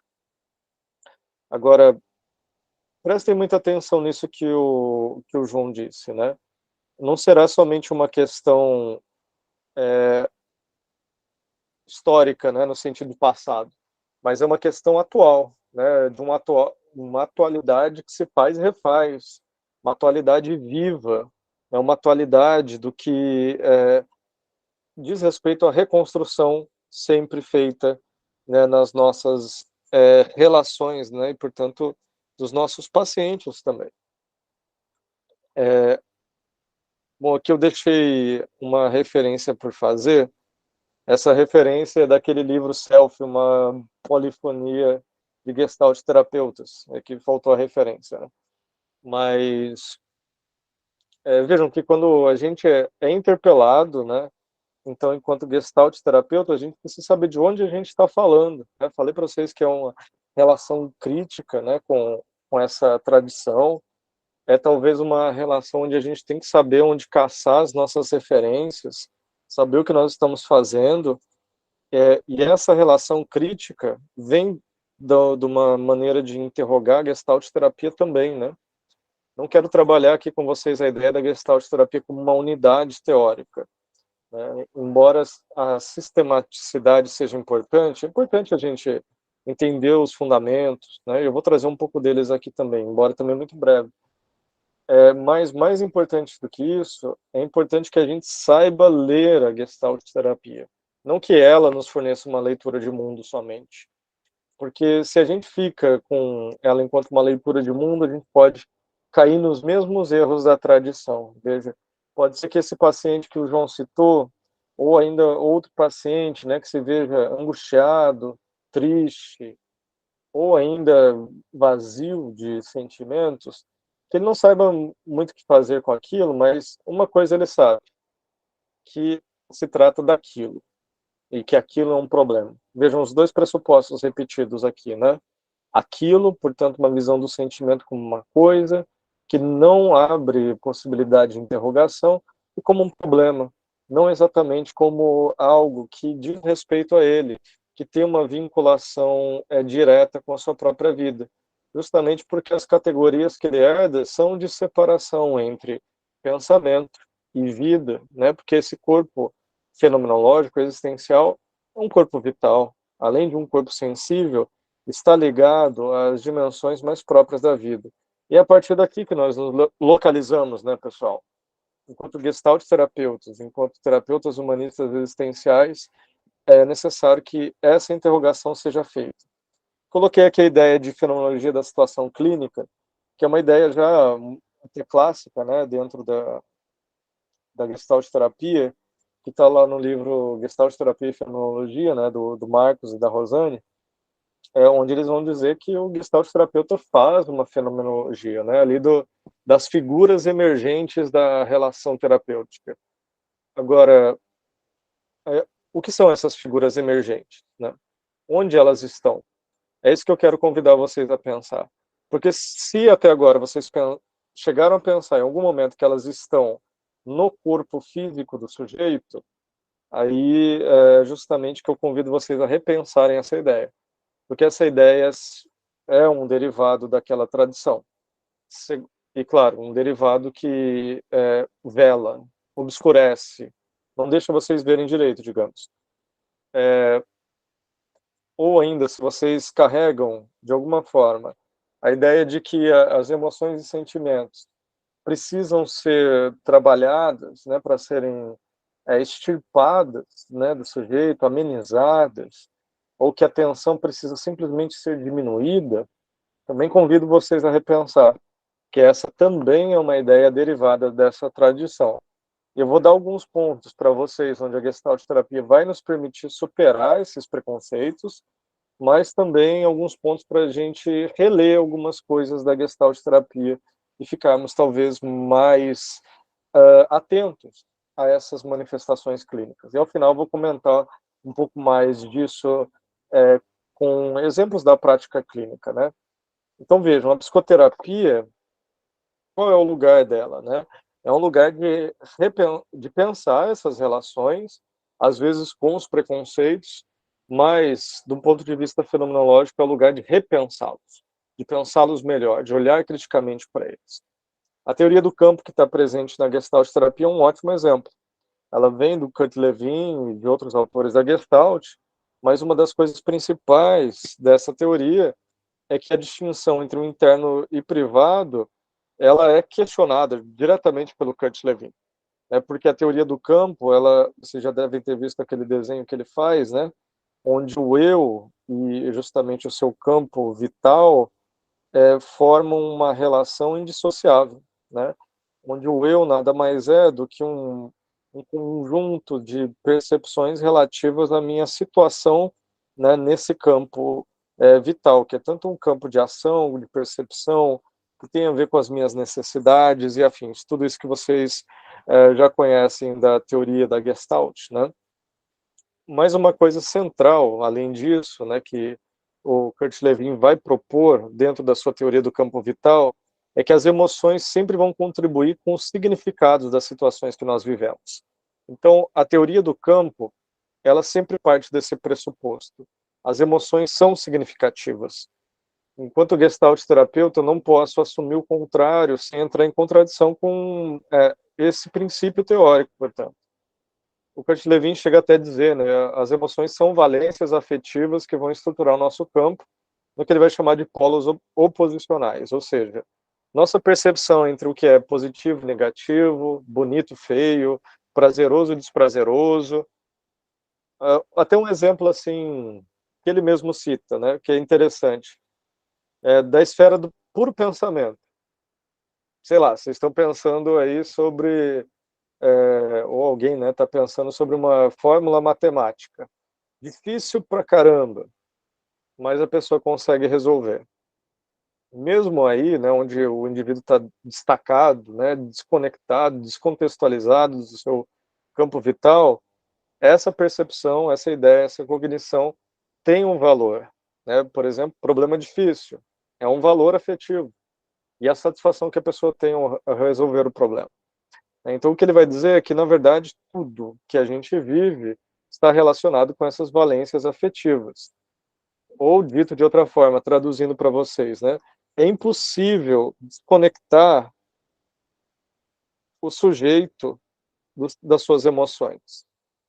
Tudo que nós vivemos, todas as nossas vivências, elas estão conectadas com emoções, com valências afetivas. Do contrário, o mundo sequer faria sentido, porque as coisas precisam ter um peso para que elas façam sentido.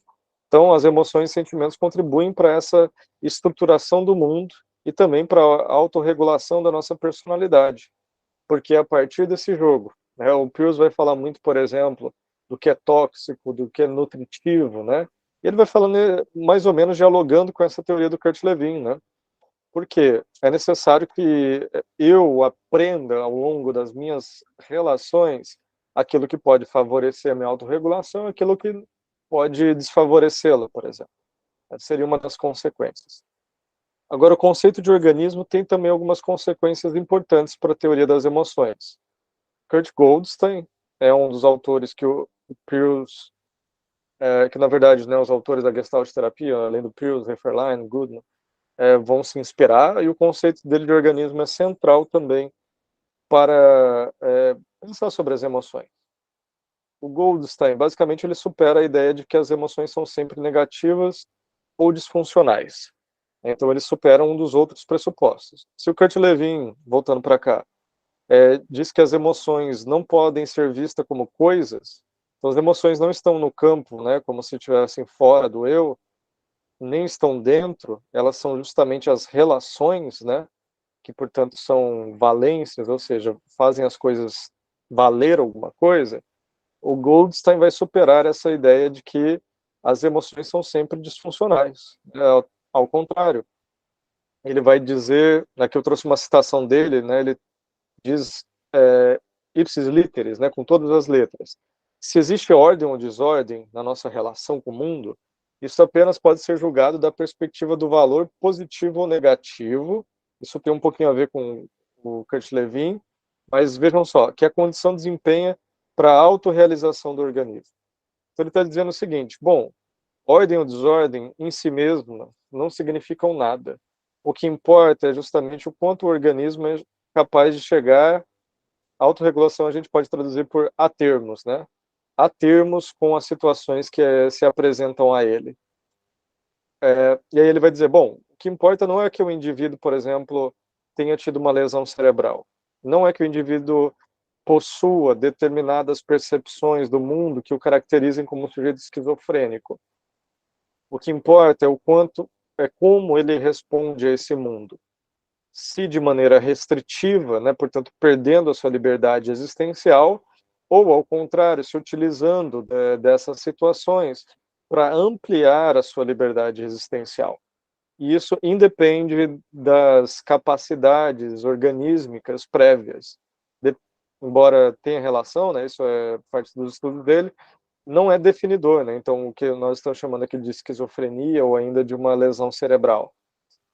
Porque, justamente, as emoções têm aquela contribuição que o Kurt Lewin disse, né? Ao contrário, né? Então, um indivíduo esquizofrênico, por exemplo, ele pode, é um péssimo termo, né? A pessoa com esquizofrenia, né, seria mais correto. A pessoa com esquizofrenia, ela pode ter uma série de reações ao seu mundo. Essas reações, né, podem levá-lo a perder liberdade, por exemplo. Só que essa perda de liberdade ainda não é uma pura disfunção, o Goldstein está dizendo, né? Então, o indivíduo ele não está relegado, né, ou não perde, não fica descompassado, por assim dizer, que é uma visão muito determinista e fisicalista do organismo. Ao contrário, mesmo o organismo que se encontra em menor leque de liberdade, ele se encontra em um novo estado de existência, né? Isso é a desordem, né, como ele diz. Ou seja, quando um indivíduo se sente ansioso, sente um mal-estar, se sente angustiado, ou ainda quando o indivíduo se encontra no estado de crise de ansiedade, catatônico, qualquer um desses sintomas que nós entendemos como negativos, ou normalmente como disfuncionais, na verdade não é desordem, o Goldstein está dizendo, é um novo estado de ordem de autorrealização, dentro das capacidades momentâneas do organismo naquele momento. Por isso ele vai dizer que é um novo estado de existência. Ou seja, julgamos ou avaliamos, né, a disfuncionalidade não por um significado estanque daquela emoção. A ansiedade é ruim, mas por aquilo que a ansiedade significa para como o organismo reage àquela situação naquele momento. Então, o Goldstein acrescenta aqui alguma coisa, né, e que vai ter implicações, por exemplo, para as ideias de ajustamento, né, da Gestalt terapia, seja ele entendido como funcional, né, o ajustamento criativo, ou ainda como ajustamento disfuncional. Mas vejam, o que o Goldstein está dando a entender também é que mesmo o ajustamento disfuncional, ele é uma forma criativa de existência. O que muda, talvez, é o fato de que há uma restrição da liberdade, neste caso. Ainda assim, né, o Goldstein vai concordar com o Kurt Lewin de que não há comportamento sem emoção, e tem uma outra ideia do Goldstein que é bem importante, onde ele vai concordar com o que o Sartre diz em Esboço para uma Teoria das Emoções. Aqui eu estava fazendo a referência, acabou ficando dessa forma, mas é o livro Esboço para uma Teoria das Emoções, onde ambos vão dizer que as emoções são mobilizadas com propósitos definidos, ou seja, sempre envolvendo sentidos e significados, ou seja, como o indivíduo interpreta aquela situação, como também as emoções formam um mundo para aquele indivíduo, que é esse novo estado de existência. O Sartre vai chamar isso aqui lá naquele livro de mágica, né? Mas é uma ideia muito semelhante a essa do Goldstein. Antes de passar para o próximo tópico, eu prometo que aqui eu vou causar mais algumas reflexões em vocês, mas muito mais breves. Eu gostaria só de concluir o seguinte. Bom, vejam que a Gestalt terapia permite com que a gente supere algumas coisas da visão moderna, já por suas referências clássicas, como Kurt Lewin e Kurt Goldstein, mas ainda algumas ideias importantes de a gente avançar e que nós podemos avançar com a fenomenologia mais contemporânea. Uma dessas ideias é a ideia de corporeidade, justamente. Depois disso eu vou trazer as consequências, tá, pessoal? Tem um autor que eu ando lendo, que é esse filósofo, ele diz o seguinte: a fenomenologia da corporeidade de Merleau-Ponty pode ser vista como um prelúdio ou prefácio a uma teoria situada das emoções. Por que situada? Justamente porque não encontramos aqui uma referência à interioridade, como Kurt Lewin, mas sempre relações entre eu-mundo e eu-outro. E, além disso, relações essas que são sempre alternáveis. Então, não se está falando de essências, nem nada do tipo. As emoções expressam uma relação, né? São relações alternáveis, né? Podemos dizer. Isso são as emoções e sentimentos.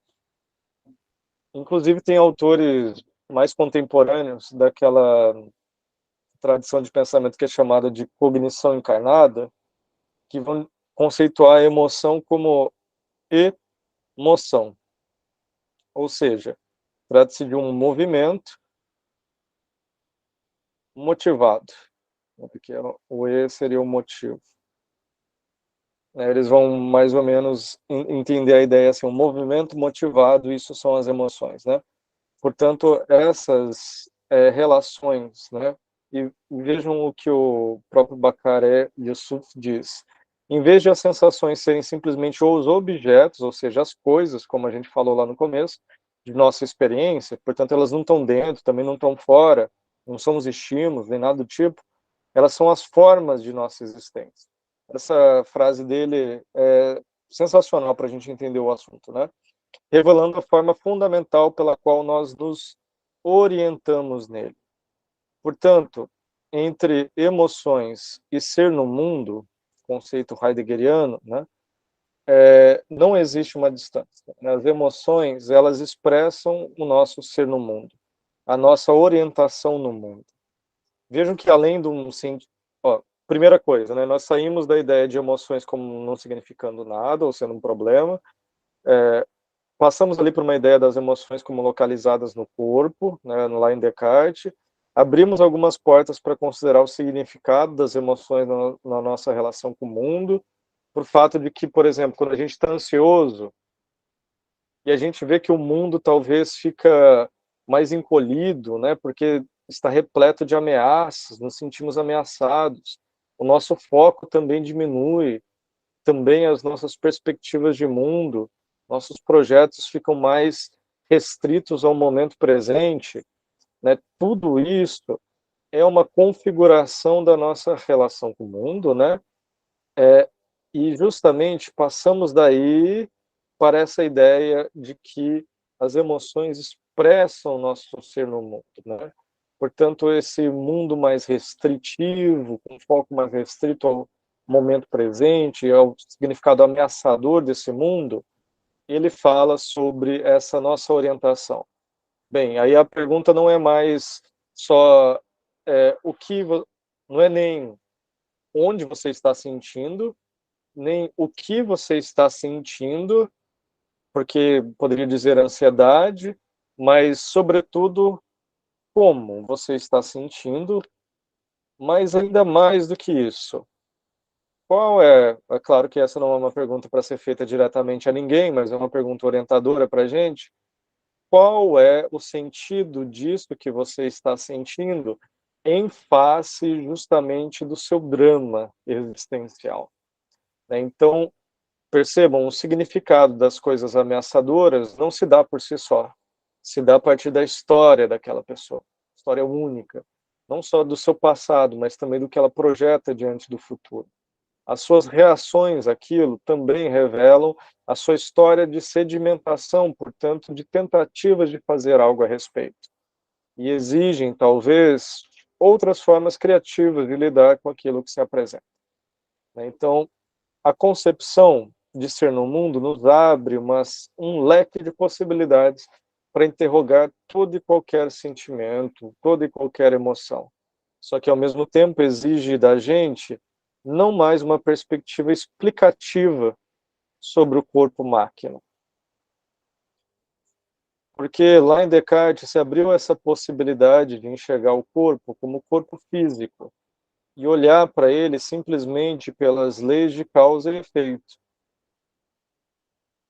No caso, mecânicas, ou as leis da mecânica, newtoniana, sobretudo, né? Isso é o que em fenomenologia é chamado de Körper, ou corpo-máquina, né? Eu estou traduzindo aqui dessa forma. Se nós fôssemos interrogar a ansiedade de alguém por esse tipo de perspectiva, nós procuraríamos saber o que você está sentindo exatamente. É uma sudorese? É um espasmo? Onde você sente? Isso daria abertura para a gente tratar aqueles sintomas específicos e corporalmente localizados. Possivelmente tentando reduzir a tensão do indivíduo, né? Tentando eliminar aquele sintoma para que esse corpo-máquina voltasse a se adaptar, dado que essa seria uma finalidade quase que inerente a todo corpo-máquina, né? A adaptação, a funcionalidade. Ao contrário, né? A fenomenologia do Merleau-Ponty, do Russell também, é claro, mas Merleau-Ponty é quem talvez destaca isso melhor, vai nos mostrar que se trata de um corpo vivido. Portanto, nossa perspectiva sobre o mundo é sempre deste corpo, não de uma mente separada dele. Já que as emoções estão por toda parte, já que o objeto depende do meu movimento, por exemplo, já que, por exemplo, a aparição de um rosto do outro, como feliz, como triste, simpático, antipático, depende também da minha própria maneira de me colocar. Inclusive, tem um experimento sobre isso, né? Um experimento muito breve que fizeram, que era mais ou menos o seguinte: colocaram na testa de alguns indivíduos uma espécie de botox, é isso mesmo, né? Ácido botulínico, e que impedia com que eles expressassem algumas emoções facilmente, né? E aí eles eram colocados diante de filmes, né, que tinham algumas expressões também ali de felicidade, simpatia, antipatia, tristeza. E aí o que acontece? A galera que recebeu o ácido botulínico não conseguia sentir nada diante desses filmes. E a grande pergunta, depois quem quiser saber mais desse experimento eu posso mandar. A grande pergunta é por quê, né? Sendo que na verdade eles não foram privados da mente deles, né? Eles estavam vendo, estavam pensando. O que aconteceu? Ao serem privados de alguns movimentos corporais, eles foram logo também privados da possibilidade de sentir, de ter sentimentos. Curioso isso, né? Mostra como o corpo não é simplesmente máquina, é justamente se lançar-se para o mundo. É uma relação, né? E interessante, né? Me permita, Fernando, Claro, João, fica à vontade sempre. fazer uma colocação, né? Mas o teu exemplo aí desse experimento social é extraordinário, né? Porque a gente pode pensar, por exemplo, o como, né? A gente constrói uma cultura e vive uma cultura que promove, né? Essas inibições. E aí não é uma inibição química artificial, né? Mas se constitui, né, numa inibição intersubjetiva, né? Porque a gente, né, meninos não choram, né? Assim, a gente não deve ser muito expressivo, né? Vamos ser mais contidos, né? Assim, não vamos nos manifestar, nos expressar tanto afetivamente. Então, fantástico, né? Porque há essa dimensão, né? Assim, se a gente não, se a gente vive uma série de interditos para não expressar, né? Talvez a gente não consiga se dar conta ou mesmo viver a nossa experiência com toda essa potência que, né, a nossa corporeidade, que o nosso corpo, ele sugere, né? Então, fiquei pensando um pouco nisso, né? De como há esse artifício do Botox que inibe a experiência do sujeito, mas como também há, né, uma intervenção linguística cultural que nos castra, né? Perfeito, João. E assim, pensando com Merleau-Ponty, né, a gente diria que são justamente hábitos, né, que são formados nesse sentido de um encurtamento da nossa experiência, né, portanto, dessa diminuição desse campo de possibilidades, desse campo de liberdade, né, e ainda mais, a gente poderia pensar assim, né, se eu sou inibido nesse âmbito de expressar, isso também tem como uma consequência, né, que eu não percebo o mundo, né, ou seja, um corpo limitado de expressão é também um corpo limitado de perceber um mundo mais colorido, né. O Merleau-Ponty apontava, né, nessa relação do corpo e linguagem, corpo e cultura, aquilo que ele chama de uma fisiologia secundária, né? Então, a cultura, ela constitui aí essa fisiologia secundária, né? Isso mesmo, exatamente. E eu acho que seu ponto é muito interessante, porque vai nos levar a pensar sobre toda essa dimensão social, né, cultural, que constitui, né, que forma, né, e percebam, né, essa formação é tanto no sentido de abrir horizontes, quanto também de fechá-los. Enquanto terapeutas, é sobre justamente esse tipo de relações que nós devemos nos perguntar, né, porque nós temos meios artificiais, tecnológicos, inclusive, mas temos uma série de meios que são da ordem do hábito, né, que se acoplam e permitem ou inibem relações. Então, deixa eu te pedir um favor, eu vi que alguém me mandou alguma agora eu consegui, desculpe. A Jéssica perguntou, né, como o nosso corpo limita essa possibilidade, essa potencialidade que existe em nós. Bom, acho que pelo que o João estava trazendo, né, Jéssica, a gente pode perceber que corpo, né, nesse sentido aqui, não é somente o que diz respeito ao envoltório epidérmico, né, não é somente o que está envolvido pela pele, mas o corpo, no sentido fenomenológico, é temporalidade, né, e nesse sentido é tanto a temporalidade histórica sedimentada, né, esses hábitos, né, que se perfazem ao longo de nossas vidas, as instituições que nos atravessam, e por instituições nós podemos entender as macroestruturas sociais, as relações de poder, né, também, que contribuem para tudo isso, e sendo assim, né, também as perspectivas que nós passamos a ter do futuro, ou dos horizontes de vida futuros, a partir disso que construímos como, digamos assim, platôs, né, ou chapadas, né, de experiência, ou seja, aquilo que a gente pode ver adiante a partir do que é construído, né. Tem um documentário muito legal que nos ajuda a pensar sobre isso, que inclusive eu costumo passar para os meus estudantes numa disciplina de relações raciais, que é Drauzio Varela visita indígenas afastados da Amazônia. Acho que esse é o título. Bem, né, clichê, de um programa do Fantástico, mas muito interessante. E o que acontece ali naquela realidade? É uma cidade chamada São Gabriel da Cachoeira, que fica numa região muito afastada mesmo do Amazonas, do estado do Amazonas, e lá há uma série de etnias, diferentes etnias envolvidas, mas todos passaram por um grande processo de aculturação e colonização. E talvez curioso, ali naquele caso, não é somente o que eles a maneira como eles aprenderam a ser, né? E como isso encurtou a experiência deles nesse sentido, né? Porque realmente eles passaram a ter que trabalhar como um branco para conseguir dinheiro, para ajudar em casa, tiveram que aprender a língua portuguesa, deixar sua língua materna, aprender se inserir numa religião que não diz respeito à etnia originária deles, que seria a religião cristã. Mas, além disso tudo, eles passaram a contar com possibilidades que seriam próprias de um branco, como, por exemplo, tem um dos rapazes que aparece no vídeo, uma das primeiras perguntas que eu acho a mais importante desse documentário é: qual é o seu sonho? É sensacional. Um dos rapazes diz assim: meu sonho é me tornar empresário, é abrir uma mega empresa, né, de computadores, né? E aí, né, assistindo isso, geralmente eu me pergunto, bom, como, né, e por que ele chega a sonhar, né, isso? E com base nisso que nós estamos falando, né, o corpo sendo também um horizonte estendido de temporalidade, talvez fique claro, né?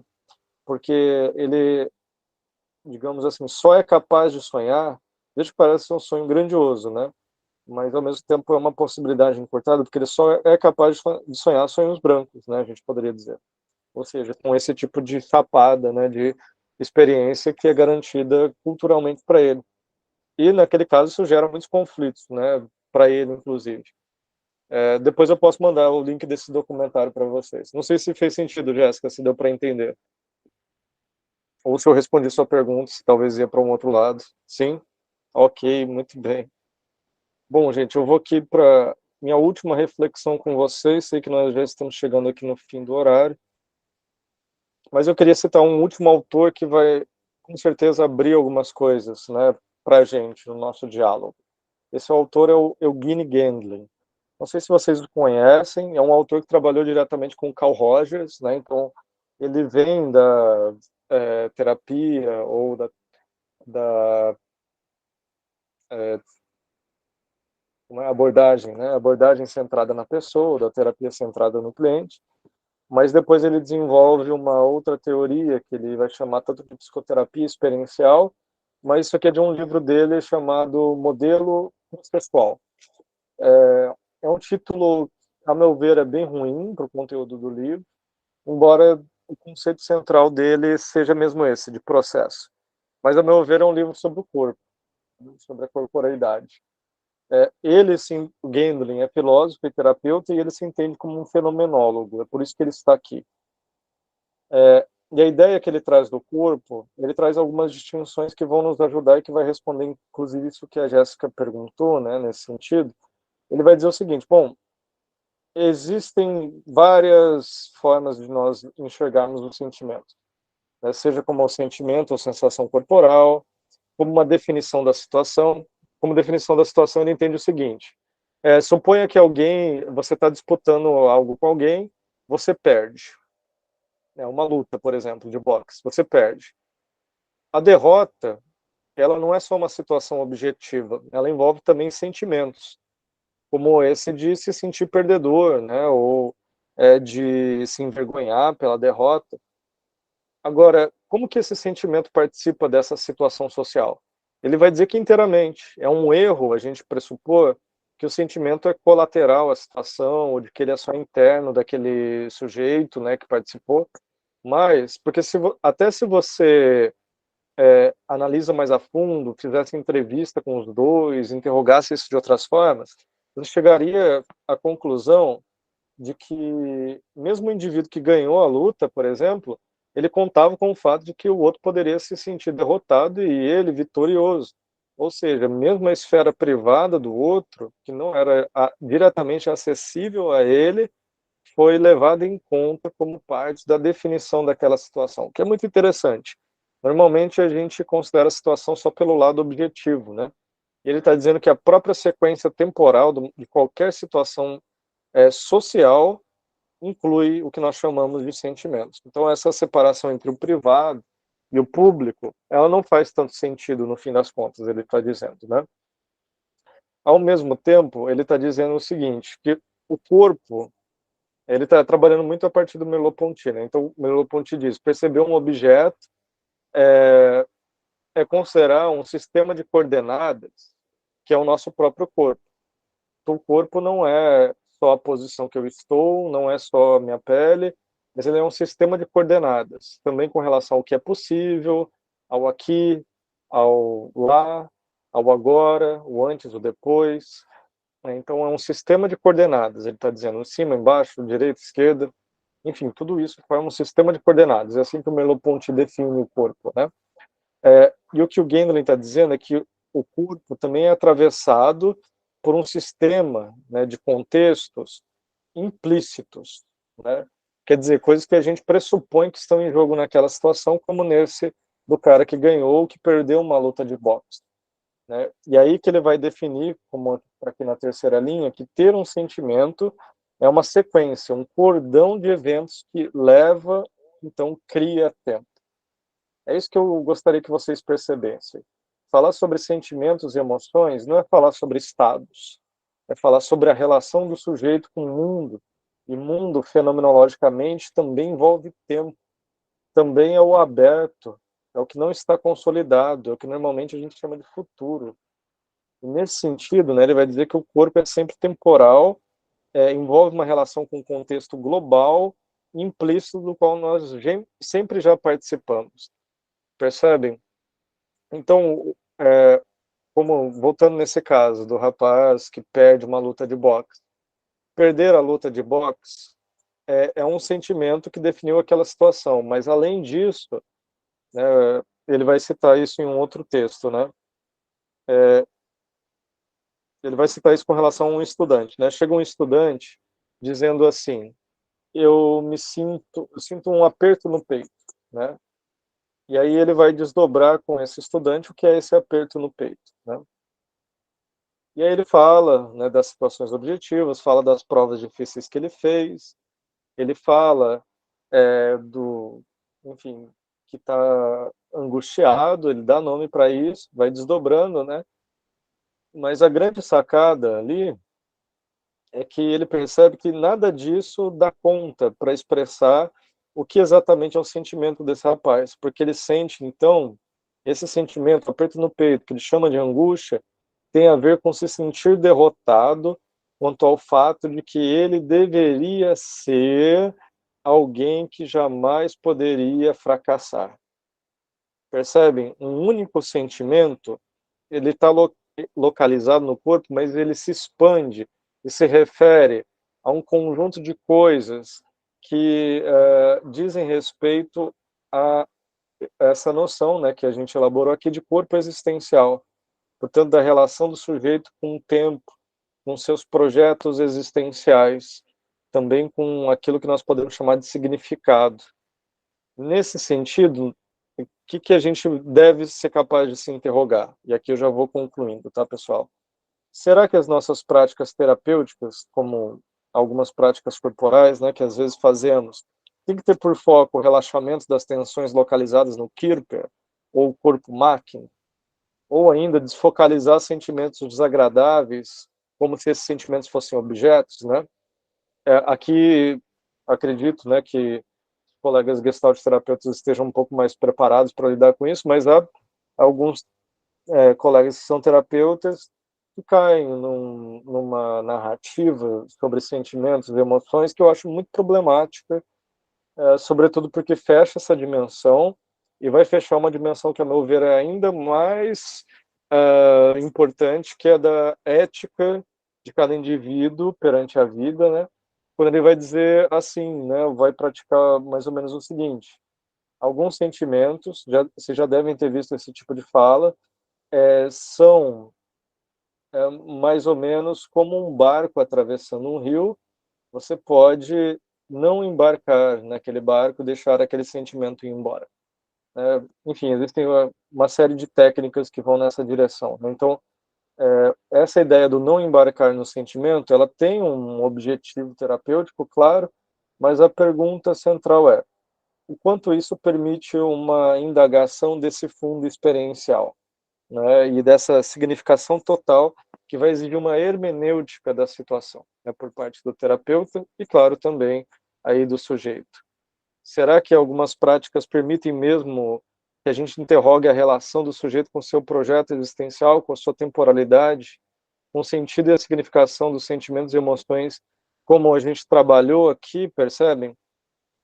Ou seja, né, quando nós perguntamos mais a fundo sobre o sentido, significado das emoções e sentimentos, é necessário que a gente seja capaz de praticar uma hermenêutica, não uma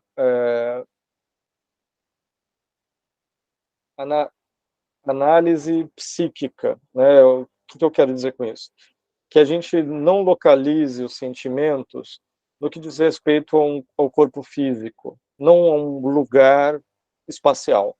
Isso seria tudo derivado de uma metafísica, né, cartesiana. Ou ainda que a gente não veja aí simplesmente um problema a ser corrigido, mas que a gente enxergue nos sentimentos e emoções sempre ser no mundo. Portanto, parte de uma estrutura global que diz respeito ao diálogo que cada indivíduo pode manter com o outro, com o mundo, a sua própria existência como um todo.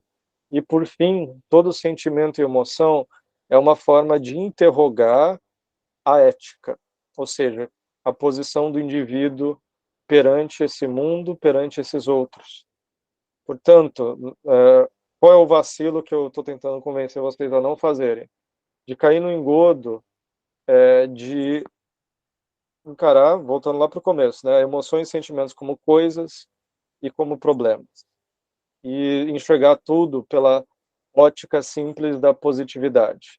Tudo isso acaba com o problema dessa ética que nós, enquanto terapeutas, devemos ser facilitadores, né? Favorecer para que cada indivíduo, então, se encontre eticamente, né, em sua própria existência.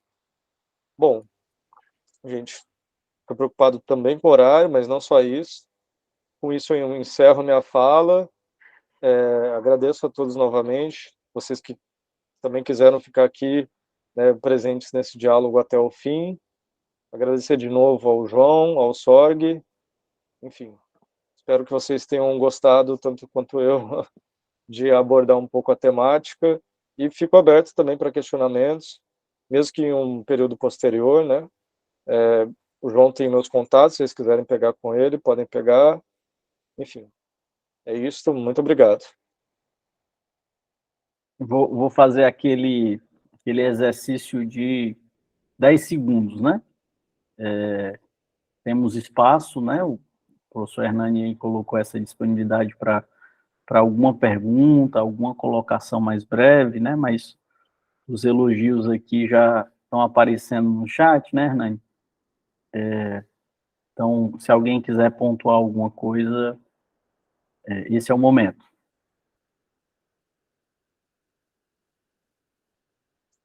Não tendo manifestações, né? Que eu imagino que não é pela sua exposição, né, Nani? É mais pelo avançar da hora, isso eu não tenho Sim. dúvida.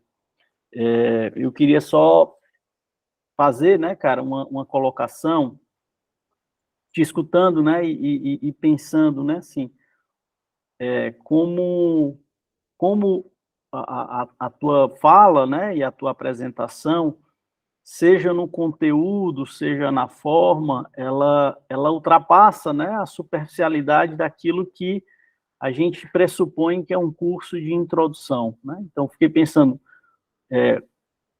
que houve, né, uma capacidade de síntese muito interessante tua, né, de, em 2 horas, trazer, né, todo um conjunto de referências que nos ajudam a pensar, que nos provocam, né?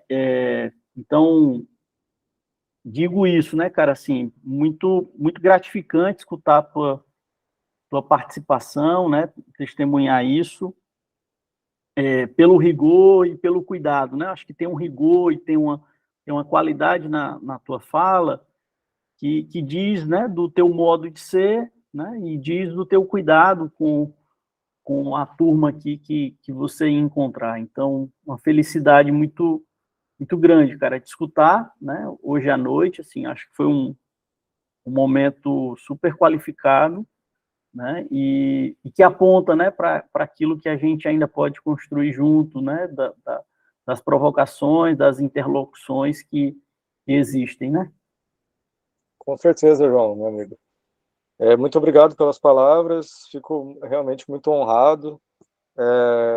Devo dizer que gostei muito de preparar essa aula, viu? Eu fiquei preparando ela aí por uns tempos e tentei fazer assim da melhor forma para que todos pudessem aproveitar e fico muito feliz, né, com os retornos, né, com o seu retorno agora. Enfim, é muito gratificante. É isso? Então, pelo avançar da hora, e não pelo aquilo que ainda há por discutir, né? Eu encerro, cara, e agradeço, tá? Sei que processo de mudança não é fácil, então imagina aí que tenha muita coisa acontecendo na tua vida, né? Na vida da tua família, e abrir aí a tua agenda, a tua disponibilidade para o nosso projeto foi muito bacana, viu?